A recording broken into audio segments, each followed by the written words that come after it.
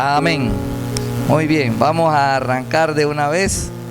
En la noche de hoy, el mensaje tiene un título. El título de esta noche es Un reencuentro con Dios. ¿Ven? Ese es el título, prácticamente el título del cual el Señor puso en esta casa para este año.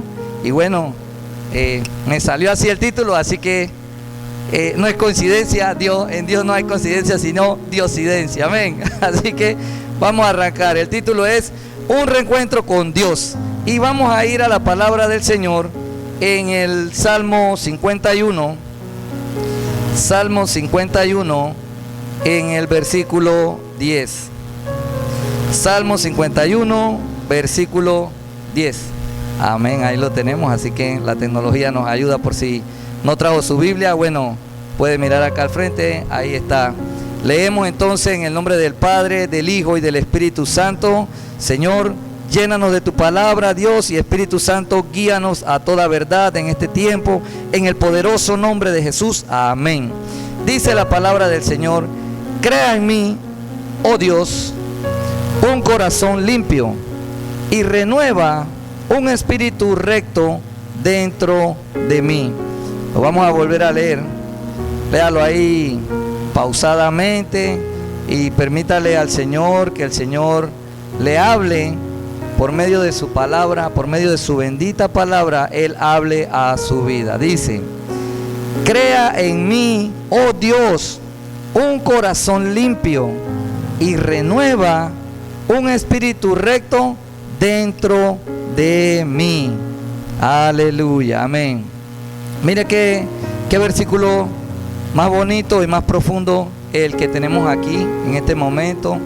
Dice: crea en mí, oh Dios, un corazón limpio y renueva un espíritu recto dentro de mí. Bien, vamos a arrancar el mensaje de esta noche definiendo primero que todo parte del título, que es un reencuentro con Dios. Buscando la definición de la palabra reencuentro o la palabra reencontrarse, pude observar de que la palabra reencontrarse o reencuentro es una palabra que podríamos llamarle compuesta, o lo que los profesores de español llaman compuesto. Claro, eso tiene otro tipo de connotación y va más profundo. Lo que quiero resaltar aquí es que es una palabra que pareciese tener dos palabras en realidad. Y dice la definición de reencuentro o reencontrarse: dice, volver a reunirse una persona con otra u otras. ¿Ok?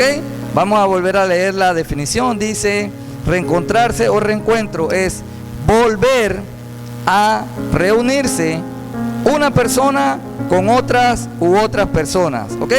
Aquí la palabra de inicio dice, el verbo es volver. ¿Ven? Encontré otra definición que dice que reencontrarse o reencuentro es volver a encontrarse con una cosa o con una persona la cual en un momento dado no se buscaba. ¿Ok? Hay un común, una palabra en común, y es el verbo volver. ¿Ok? Prestamos atención ahí, porque de ahí vamos a partir de qué se trata el mensaje de la noche de hoy. Bien, dice que reencontrarse o reencuentro es volver. ¿Volver a qué? A reunirse con otra persona, o es volver a encontrarse con otra persona. Muchas veces nosotros utilizamos esta palabra cuando conversamos, en medio de una conversación, y lo podemos utilizar, por ejemplo, cuando decimos: fue un verdadero placer volver a reencontrarme con tal persona. O también podríamos decir: qué desagradable reencuentro, o qué desagradable fue reencontrarme con tal persona. Eso es una manera que tenemos de utilizar la palabra en medio de una conversación, o en medio de una conversación, o en medio de una oración. Bien, viéndolo desde el punto de vista práctico, podemos ver de que el verbo que se repite en la definición es el verbo volver. Si lo traemos a la parte práctica, podríamos llamarle así, podríamos entender entonces de que la palabra rehacer está muy ligada a la palabra reencontrar o reencontrarse. Porque si la definimos, podríamos definirla como la acción de volver a hacer algo que ya se había hecho antes. Volver a hacer algo, y repite nuevamente el verbo volver a hacer algo que ya se había hecho antes. O sea que no es la primera vez que se hace. Amén. ¿Hasta ahí vamos clarito? Muy bien. Entonces el verbo en común de todas las definiciones que tenemos aquí es el verbo volver. O sea, va a tener relación con lo que vamos a desarrollar de un reencuentro con Dios en esta noche. Muchas veces cuando nosotros hacemos cosas por primera vez, que las hacemos, el resultado de lo que hicimos por primera vez es un resultado bueno. Ok, lo hice por primera vez y resultó bien, resultó muy pretty, que hey, chuleta, mejor de lo que esperaba. Pero muchas veces cuando hacemos cosas por primera vez, el resultado no es el que nosotros esperábamos con lo que estamos haciendo. ¿Por qué? ¿Esto por qué pasa? Porque es la primera vez que realizamos esto, ¿ok? Bien. Ejemplo de cuando hacemos una cosa por primera vez que sale bien. Los que les gusta cocinar, se meten a la cocina y les salió una receta bien sabrosa, pero le salió como llamamos en buen panameño de chiripón. Ya usted se queda como que, me salió muy bien, pero no es porque usted tenía organizado eso de esa manera. Otro ejemplo que podemos ver cuando hacemos o realizamos una cosa por primera vez y nos sale bien es cuando reparamos algo. Usted se metió y reparó y tocó y la cosa funcionó y usted, ¡guau! Pero no quiere decir que usted estaba completamente consciente de que usted iba a repararlo de esa manera que le salió. También podemos observar que cuando emprendemos un nuevo negocio es algo nuevo y nos sale bien, amén por lo que sale bien. Bien, otro ejemplo sería cuando usted cría a su primer hijo, no es igual que cuando cría a su segundo hijo. Usted se da cuenta de algunas cosas y todo lo demás. Bien, ejemplos como eso, como por ejemplo cuando te rompen el corazón por primera vez y ya tú sabes que la segunda vez tienes que cuidarte, ¿ok? Son ejemplos que estamos utilizando de rehacer algo, ¿ok? De volver a hacer algo que ya habíamos hecho. Muy bien, dice, si pudiésemos observar los detalles de todas estas experiencias que acabamos de mencionar antes de nosotros realizarla, eso sería lo máximo, sería lo perfecto, lo fabuloso. ¿Por qué? Porque si yo tengo la oportunidad de ver los detalles de lo que yo voy a hacer, ciertamente yo primero que todo voy a tratar de corregir los errores que yo pudiese cometer en el momento que la voy a hacer por primera vez, ¿cierto? Si por decir algo, la receta que me salió o la receta que voy a hacer, si la hago de esta manera, no me va a quedar voy a corregir, voy a usar menos azúcar, voy a usar más sal y todo lo demás. Si conocemos los detalles, escúchame bien, si nosotros conocemos los detalles de la acción antes de realizarla, eso para nosotros sería lo fabuloso, sería como lo máximo, lo mejor. Pero sabemos que en la vida diaria esto no nos pasa así. Amén. En la vida diaria esto no pasa así. Y esto no pasa por una razón o por muchas razones, no pasa de esta manera. Y hoy quiero compartirles precisamente sobre eso. Si nosotros conocemos los detalles de lo que va a pasar, nosotros primero que todo no nos equivocaríamos tanto. ¿Por qué? Porque tenemos la oportunidad de corregirlo. Pudiésemos corregir lo que pudiese salir mal, evitar las equivocaciones y todo lo demás. El detalle es que, ¿por qué esto no pasa así? ¿Por qué esto que nosotros quisiéramos que sucediera así humanamente, esto no ocurre así? Le explico por qué. Porque si esto fuese así, usted y yo probablemente sentiríamos que nosotros no tenemos necesidad de Dios. ¿Cuántos dicen amén? ¿Usted había analizado eso alguna vez? Si yo pudiera conocer los detalles de las situaciones en mi vida y poderlas corregir antes y poder tomar mejores decisiones, ciertamente yo pudiera lo que le llamamos conocer el futuro. Si usted pudiera conocer el futuro de la cosa, ¿usted cree que usted pensaría que usted necesita de Dios? Obviamente que no, ni usted ni yo. ¿Qué pasaría con eso? Eso produciría en nosotros que nosotros mismos nos exaltáramos, porque conoceríamos los detalles de lo que va a suceder y pensaríamos que nosotros pudiésemos tener perfección en las cosas. ¿Y sabe qué? Yo conozco los detalles de lo que va a pasar y yo esto no lo voy a hacer, esto no lo voy a hacer, aquí no vamos a llegar hasta ahora, aquí vamos a corregir esto y esto va a salir prácticamente perfecto. Y por eso, muchas veces, por eso es que eso no ocurre así en nuestra vida, ¿ok?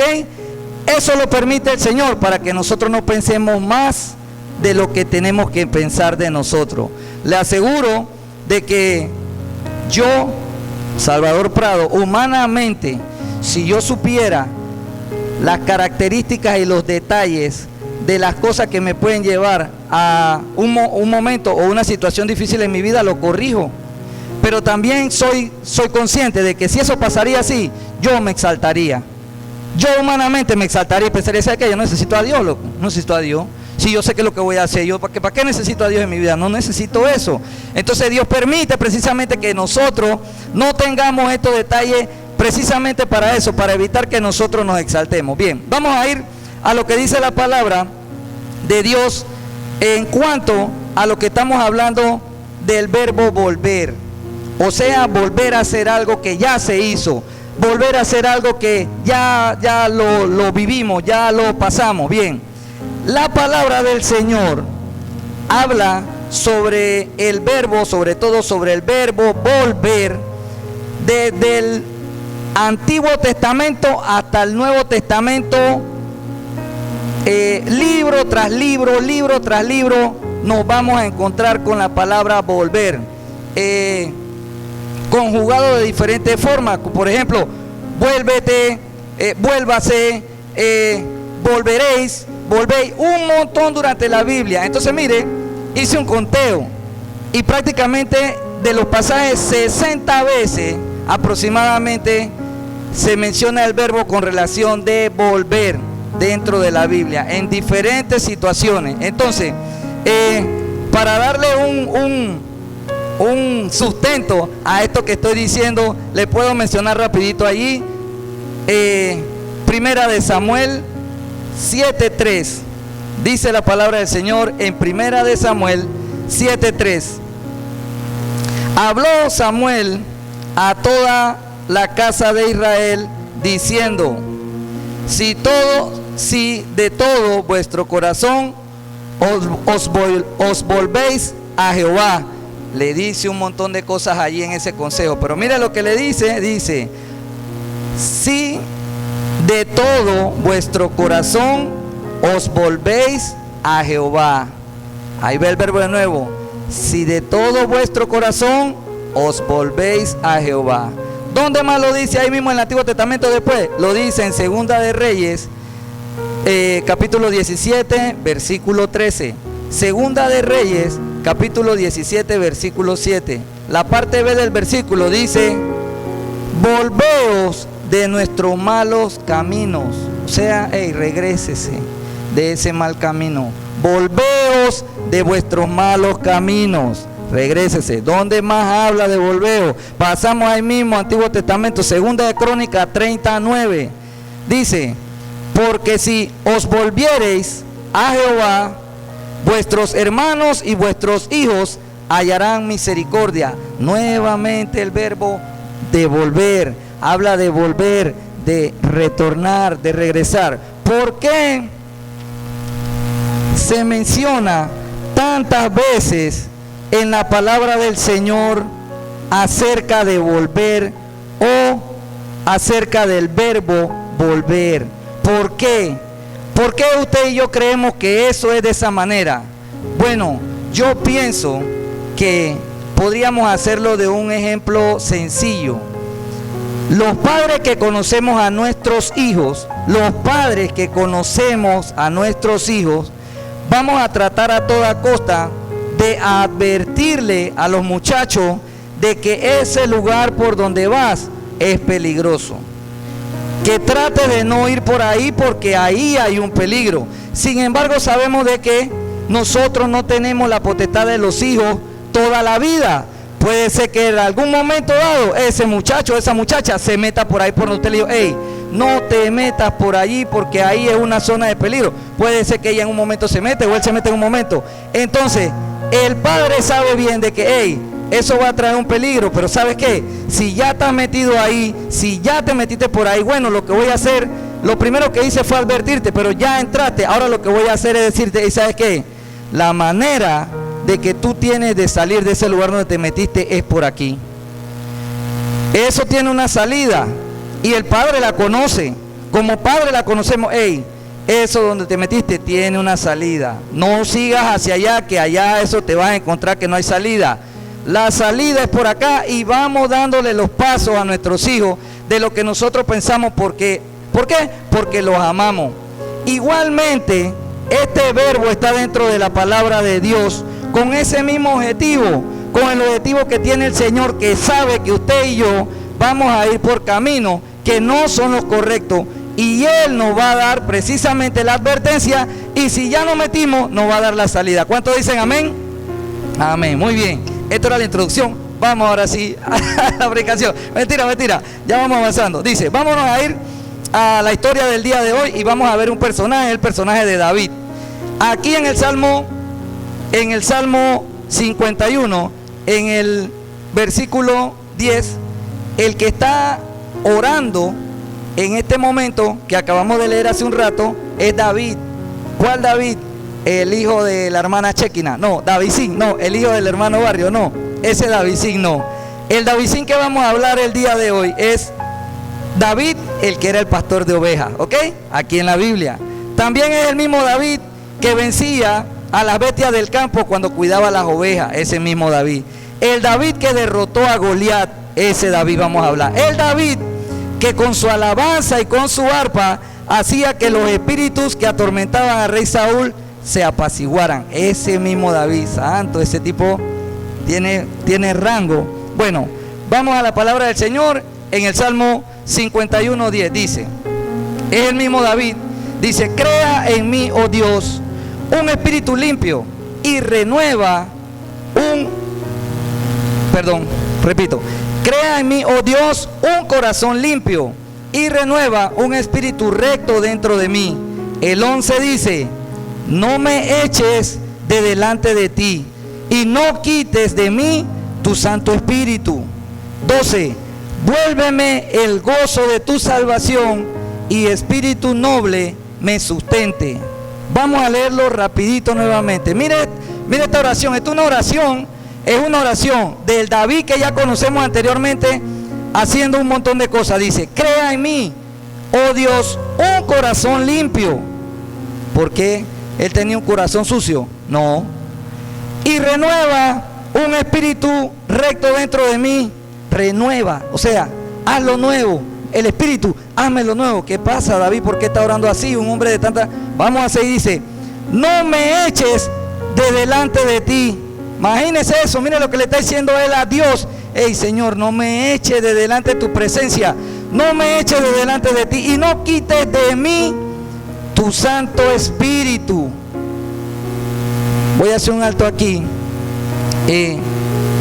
¿Por qué quiero hacer el alto aquí? Porque mire, esta parte de la palabra del Señor confirma que el Espíritu Santo de Dios no es del Nuevo Testamento solamente. Amén.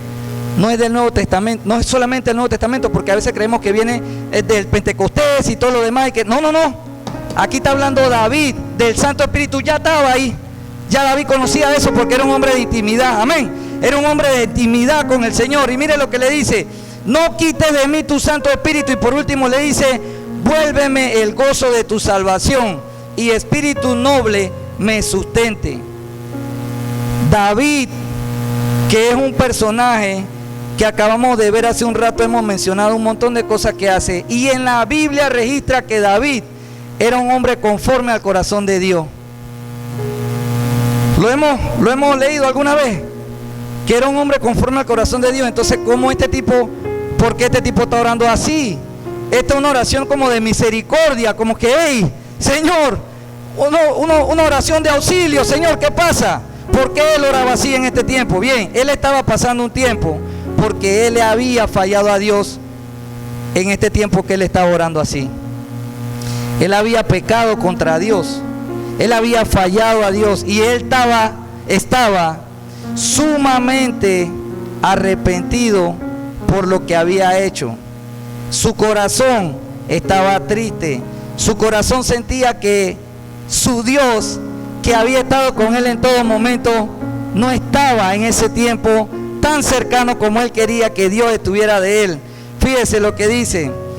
David estaba arrepentido, siendo aún un hombre de una trayectoria, un hombre de fe, como le llamamos, un hombre de fe. Bien, ¿qué indica esto? Esto indica algo, que David, que era un hombre que tenía una relación con Dios, inclusive un hombre conforme al corazón de Dios, falló, le falló a Dios, pecó. Quiere decir que no solamente usted y yo somos los que pecamos, no solamente usted y yo somos los que pasamos por situaciones difíciles y a veces nos hacemos los rebeldes, no. Los hombres y mujeres de Dios, de fe, también pasan por estas situaciones. Tienen situaciones en las cuales le dan la espalda al Señor, se alejan del Señor. ¿Por qué? ¿Por qué pasa eso? Por causa del pecado.